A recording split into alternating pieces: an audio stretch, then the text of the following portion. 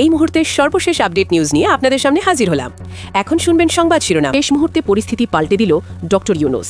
নির্বাচনের আগে ফাঁদে পড়ল বিএনপি, আর ফাঁদে আটকে যাচ্ছে পরবর্তী সরকার। ভেতরের ভয়ঙ্কর হিসাব ফাঁস। সম্মানিত দর্শক শ্রোতা, যেখান থেকে ভিডিওটি দেখছেন আশা করি ভালো আছেন, সুস্থ আছেন। বন্ধুগণ, ভিডিওটি একটু স্কিপ করবেন না, সম্পূর্ণ ভিডিওটি দেখার অনুরোধ রইল। সম্মানিত দর্শক শ্রোতা, এই নির্বাচনকালে যে সকল বিষয়ভিত্তিক বিতর্কিত রূপ নিয়েছে সেই বিষয়ভিত্তিকের উপরে এবং সেই বিতর্কিত বিষয়ভিত্তিকটাই কিন্তু তুলে ধরা হয়েছে এই ভিডিওতে। তো সম্মানিত দর্শক শ্রোতা, একটিও স্কিপ করবেন না, সম্পূর্ণ ভিডিওটি দেখবেন। চলুন আমরা ভিডিও এক এক করে স্টার্ট করি। নির্বাচনের ঠিক আগ মুহূর্তে আপাতবৃষ্টিতে দেশের রাজনৈতিক আকাশ শান্ত, সবকিছু স্বাভাবিক বলেই মনে হচ্ছে। কিন্তু এই স্বাভাবিকতার আড়ালে নীরবে ঘটে চলেছে এক অকল্পনীয় ঘটনা। ডক্টর মোহাম্মদ ইউনূস এমন এক পরিস্থিতির জাল বুনছেন যা শুধু বাংলাদেশের ইতিহাসেই নয়, বিশ্ব রাজনীতিতেও এক বিরল দৃষ্টান্ত হয়ে থাকতে পারে। অনেকে ভেবেছিলেন একটি দায়সারা নির্বাচন সম্পন্ন করে ডক্টর ইউনূস ক্ষমতা ছেড়ে দেবেন, ফিরে যাবেন শান্ত অবসরে। নোবেলজয়ী এই মানুষটি হয়তো আবার লেকচার আর বক্তৃতার মধ্যেই নিজেকে সীমাবদ্ধ রাখবেন। কিন্তু যারা এমনটা ভাবছেন তারা পরিস্থিতির গভীরতা বিন্দুমাত্র অনুধাবন করতে পারছেন না। পর্দার আড়ালে ইতোমধ্যেই তৈরি হয়ে গেছে এক বিশাল খেলাঘরের নকশা। এই ছক এতটাই নিখুঁত ও কঠোর যে ভবিষ্যতে যে সরকারি ক্ষমতায় আসুক, বিএনপি হোক কিংবা জামায়াত, তাদের প্রতিটি সিদ্ধান্ত নিতে হবে ডক্টর ইউনূস নির্ধারিত সীমানার মধ্যেই। কেউ একে ফাঁদ বলছেন, কেউ বলছেন শিকল, আবার কেউ বলছেন ২৪-এর গণ অভ্যুত্থানের চেতনাকে রক্ষায় এক অভিনব রক্ষা কবচ। শব্দ যাই হোক, বাস্তবতা একটাই, আগামী দিনের সরকারের হাত পা এখন থেকেই এক অদৃশ্য সুতোয় বেঁধে ফেলা হয়েছে। আজ আমরা সেই অদৃশ্য সুতোর জট খুলে দেখব এবং বিশ্লেষণ করব ডক্টর ইউনূসের সেই মাস্টার প্ল্যান, যা দেখে দেশের বড় বড় রাজনৈতিক দলগুলো কার্যত হতবাক। এই আলোচনার গভীরে যাওয়ার আগে একটি বিষয় পরিষ্কার করে বলা জরুরি। ডক্টর ইউনূসকে যারা কেবল একজন সহজ সরল অর্থনীতিবিদ ভেবেছিলেন, তারা এখন বড় ধাক্কা খাচ্ছেন। তিনি নিজেকে এমন এক কঠিন বাস্তবতা হিসেবে প্রতিষ্ঠা করেছেন যার তৈরি কাঠামোর বাইরে যাওয়ার ক্ষমতা এখন আর কারও নেই। এটি কোনো ব্যক্তিগত ক্ষমতার লড়াই নয়, এটি একটি পূর্ণাঙ্গ রাষ্ট্র সংস্কারের নীল নকশা। আপনি যদি মনে করেন শেখ হাসিনার মতো ফ্যাসিবাদ আবার ফিরে আসবে কিংবা ক্ষমতার দাপটে যা খুশি তাই করা যাবে, তাহলে সেই স্বপ্ন শুরুতেই ধুলোর স্বাদ পাবে। জুলাই বিপ্লবে যে রক্তক্ষয়ী সংগ্রাম এই দেশ দেখেছে, সেই বিপ্লবের ফসল জুলাই সনদ বাস্তবায়ন না করে ডক্টর ইউনূস কারো হাতে ক্ষমতা হস্তান্তর করবেন না। এটি এখন ধ্রুব সত্যের মতো স্পষ্ট। এই গ্যারেন্টি তিনি শুধু কথাই দেননি, বরং রাষ্ট্রের কাঠামোর রন্ধ্রে রন্ধ্রে এমন পরিবর্তন এনেছেন যা চাইলেও পরবর্তী কোনো সরকার উপড়ে ফেলতে পারবে না। এর সবচেয়ে বড় প্রমাণ দেশের বৈদেশিক নীতিতে আসা আমূল পরিবর্তন। ভারতের সঙ্গে পুরনো কায়দায় মাখামাখি করে ক্ষমতা টিকিয়ে রাখার দিন শেষ। যারা ভাবছেন ক্ষমতায় গিয়ে নিজের খেয়াল খুশি মতো দেশ চালাবেন, তারা এক মারাত্মক বিভ্রান্তিতে ভুগছেন। সবচেয়ে বড় চমক অপেক্ষা করছে ৯ই ফেব্রুয়ারি।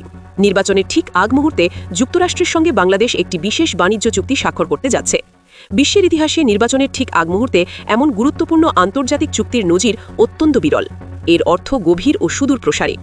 ডক্টর ইউনূস নিশ্চিত করতে চান বাংলাদেশের অর্থনৈতিক ও কৌশলগত ভবিষ্যৎ যেন কোনো নির্দিষ্ট রাজনৈতিক দলের ইচ্ছার ওপর নির্ভরশীল না থাকে।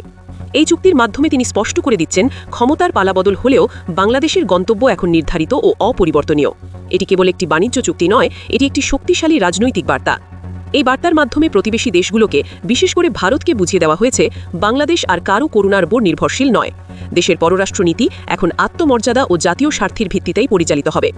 যারা ভেবেছিলেন নির্বাচনের পর পুরনো দাদাগিরি ফিরে আসবে, তারা ডক্টর ইউনূসের এই দূরদর্শী চাল দেখে পুরোপুরি কুপোকাত।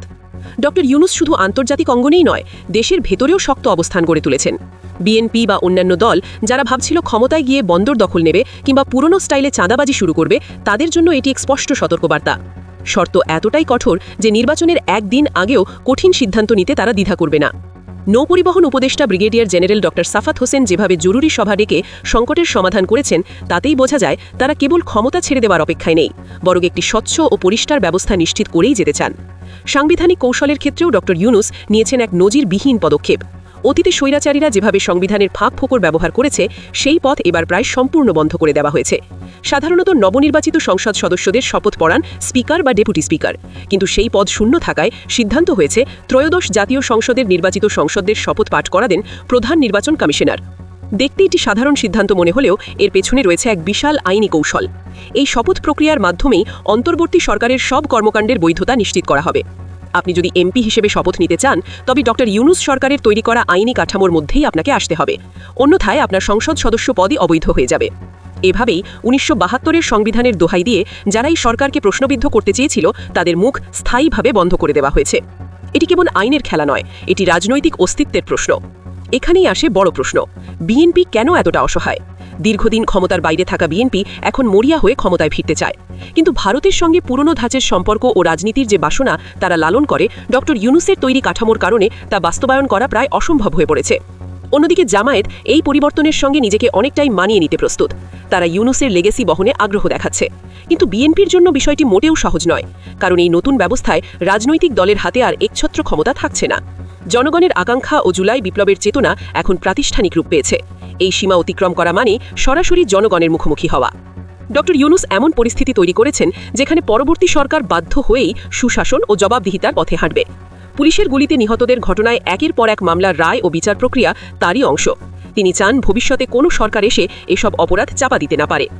বিশেষ করে জুলাই হত্যাকাণ্ডের বিচার এমন পর্যায়ে নিয়ে যাওয়া হয়েছে যেখানে পিছু হটার আর কোনো সুযোগ নেই। এটি শুধু অপরাধীদের জন্য নয়, ভবিষ্যতের সম্ভাব্য স্বৈরাচারীদের জন্য এক শক্ত দেওয়াল। এখন আর লাশের ওপর দাঁড়িয়ে রাজত্ব করা যাবে না। এই নৈতিক ও আইনি প্রাচীর ডক্টর ইউনূস অত্যন্ত দৃঢ়ভাবে নির্মাণ করেছেন। বিশ্ব রাজনীতিতে তার গ্রহণযোগ্যতাকেই তিনি বাংলাদেশের স্বার্থে এক শক্ত ঢাল হিসেবে ব্যবহার করছেন। দেশের ভেতরের শক্তিগুলো যে তাকে সরাতে চায় তা তিনি জানেন, তাই আন্তর্জাতিক সম্প্রদায়ের সঙ্গে এমন সম্পর্ক গড়ে তুলছেন যা ছিন্ন করা কোনো সাধারণ রাজনৈতিক দলের পক্ষে সম্ভব নয়। সবশেষে বলা যায়, ডক্টর মোহাম্মদ ইউনূস কেবল একজন অন্তর্বর্তীকালীন প্রধান উপদেষ্টা নন, তিনি আধুনিক বাংলাদেশের এক নতুন স্থপতি হিসেবে আত্মপ্রকাশ করেছেন। চট্টগ্রাম বন্দর রক্ষা থেকে শুরু করে এমপিদের শপথের নতুন নিয়ম কিংবা আন্তর্জাতিক চুক্তি, সবকিছুই একটি বৃহৎ লক্ষ্যের দিকে এগিয়ে যাচ্ছে। সেই লক্ষ্য হলো এমন একটি বাংলাদেশ গড়ে তোলা যেখানে আর কেউ একনায়ক হতে পারবে না। আপনি একে ইউনূসের ফাঁদ বলুন কিংবা জাতির মুক্তির সনদ, একটি বিষয় নিশ্চিত, পরবর্তী সরকার চাইলেও এই শিকল ভাঙতে পারবে না।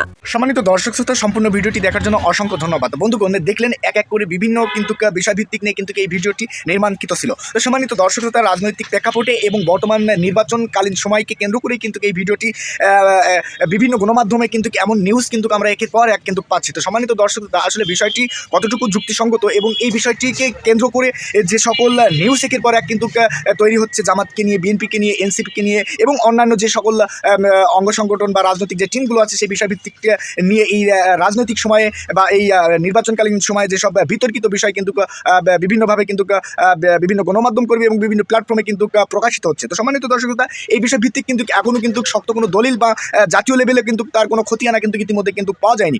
এগুলো বিভিন্ন সোশ্যাল মিডিয়া এবং বিভিন্ন ইউটিউব চ্যানেল কিন্তু ছাড়া হচ্ছে একরকমের হলুদ সাংবাদিকরা যারা ভিউ কমানোর জন্য। তো সম্মানিত দর্শক শ্রোতা, ভিডিওটি দেখে কি বুঝলেন এবং এই বিষয়ে আপনার মতামত কি সেটা অবশ্যই কমেন্ট বক্সে জানাবেন এবং চ্যানেলটি সাবস্ক্রাইব করে সাথেই থাকবেন।